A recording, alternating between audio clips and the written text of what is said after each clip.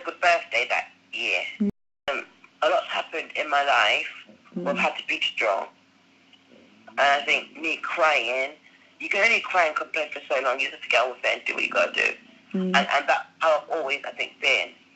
I think if I'm going to dwell in the negative too much, it's going to just consume me or choke me, basically. And sometimes I don't feel like being positive, but then I don't need to share that on social media all the time, because then people are going to think I'm losing it.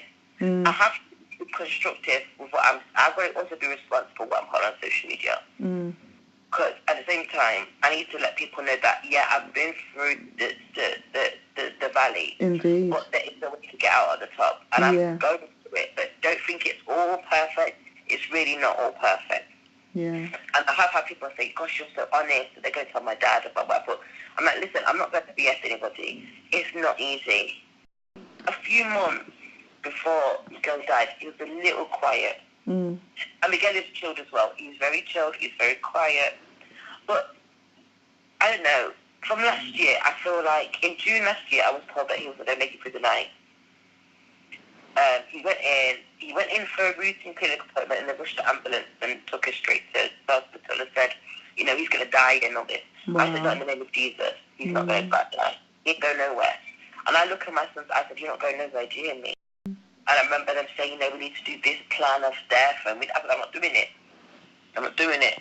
So there was a kind of like a pushback from the medical staff. I'm saying, I'm not doing it. I'm not doing it. And I remember they wanted to sneak him home with the NG tube in. Yeah. And I said, well, I don't know how to do that at home. I'm telling you, I will not know how to do that at home. So I'm not going to put myself in a situation where I'm going to say, I can do it and I can't. I know what I'm able to do, and I'm not able to do an NG tube in at home. I was having a conversation, and then all of a sudden you see Miguel put his hand up to his nose and pull it out. And then I was like, well, Miguel, we're going to have to put it back in. And I put it back in, and about 2 days later, it's out again. And it kept on happening, and the consultant came and said, well, it's quite clear to see Miguel doesn't want the tube in. So we're going to book him in for a gastrostomy, and they did that. And around Christmas last year, I was buying a lot of stuff for Christmas. And my room was turned like a grotto, and I thought, you know, this Christmas is going to be amazing, and I did make it amazing. I made it the best Christmas they could have. They couldn't have wanted for anything more because they had everything there. And as I got into the year, I started to feel God say to me, get ready. I could just feel my energy feeling, get ready. And I always do like big birthday parties for the kids all the time. And last year he was in hospital over his birthday. He went in like 2 or 3 days before. So I had to cancel the party. But I said, you know what, Miguel, because you didn't have one last year, I'm going to get bigger and better this year. I kept on saying this, but then I wasn't buying anything. And then I started to push myself, right, you've got to get this stuff done, Azariah, you've got to buy it, you've got to get this. And I started stacking all the stuff, and my room started to turn out like it is another warehouse. And there was jungle stuff everywhere, and I was doing up all the party boxes ready from April, and everything was going fine. And he started to lose his appetite, and I'm like, you don't want your kid to the dietitian. It's fine, he's okay. And he was. Harry's wedding, watching on TV, and he kept on crying. I said, Miguel, stop now.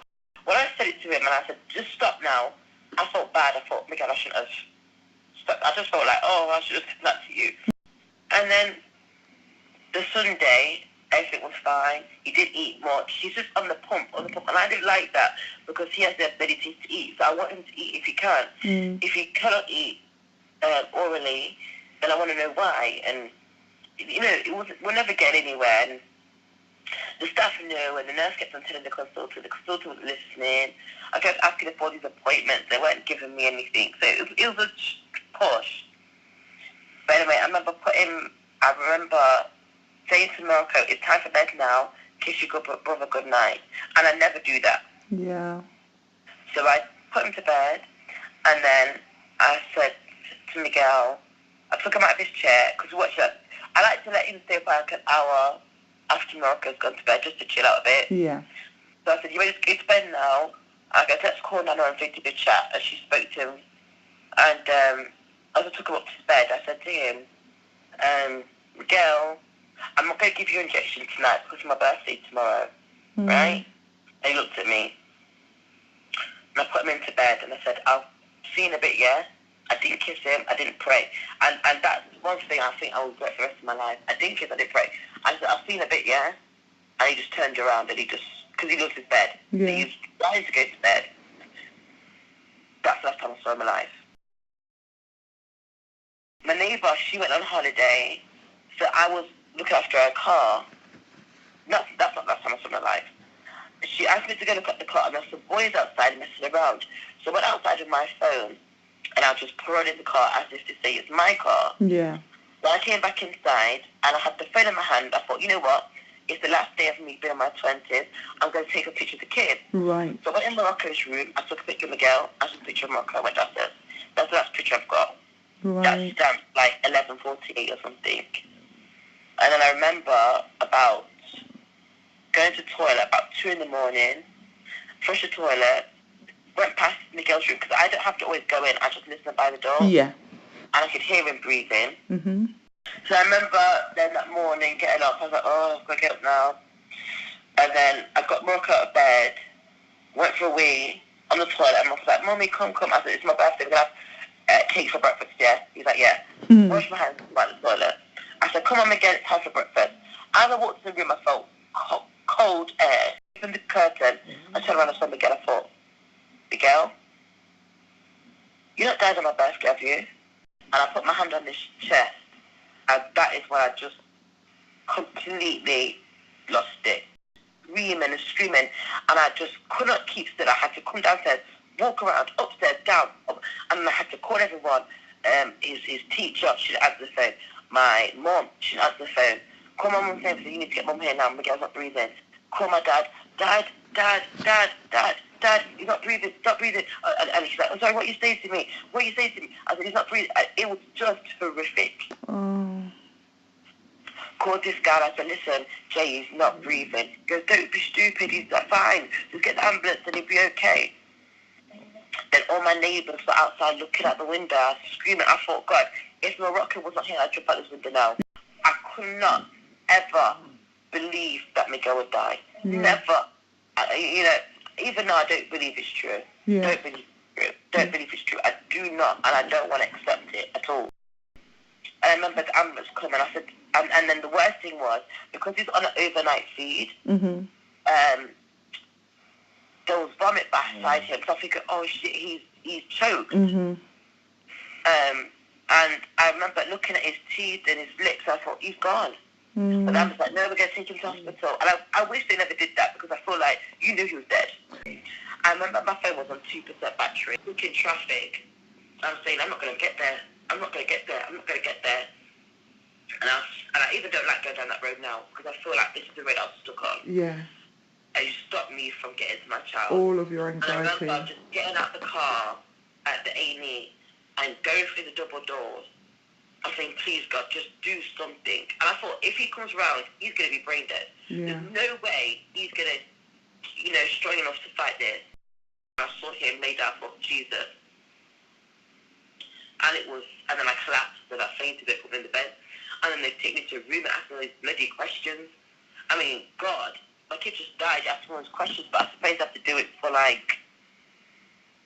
don't know why they do it, but ask all these questions, and then all Miguel's staff came, all of them. Yeah. They just told their bosses, we're not coming in, so then we've got to go to Miguel. Miguel is loved by all of his staff, and they say we see a lot of children die, Riah. They call me Riah. We see a lot of kids die, but there's something special about that boy called Miguel. Very special about him, because they can't go to every child's funeral. They never get work.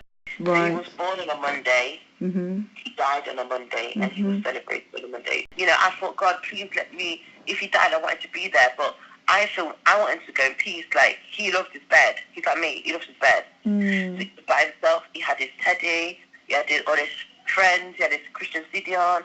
So he was cool. Do you know what I mean? Yeah. And my friend said to me, Azariah, the next thing he knows, he's at heaven's door. I couldn't have loved that child any more than I do. It's hard for me there, because Miguel will now stay at 2, maybe 3. And I feel like he was robbed of not making 3, to be honest. I do think he was robbed. Trying to turn a birthday party into a funeral. Actually, she probably saved my life. When I got off in the pulpit, I could not believe how much people was in that church. There was people right at the back, at the side, in the mother's room, in the foyer, in the hall. Over 400 people. In the ambulance staff and the... You know, you couldn't... Pastors upon pastors upon pastors. You couldn't...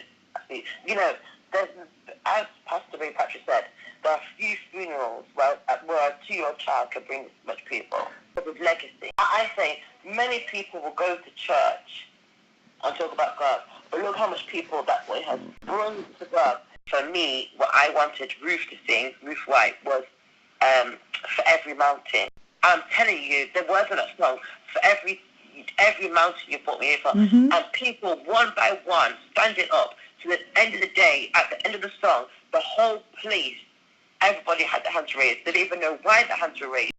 But trust me, when Bernard were doing praise and worship at that church, I was sitting in front of his staff.